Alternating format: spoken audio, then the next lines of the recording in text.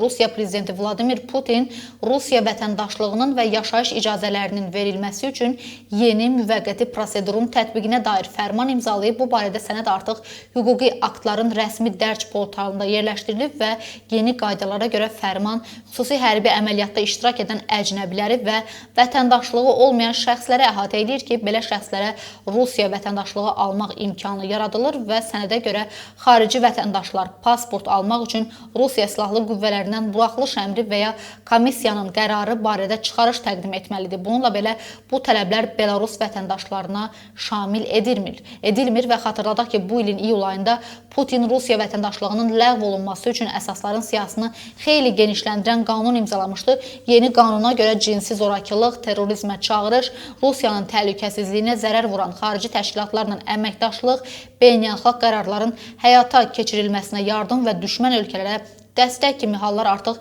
vətəndaşlığın ləğvinə səbəb olar deyə məlumatlarda vurğulanır.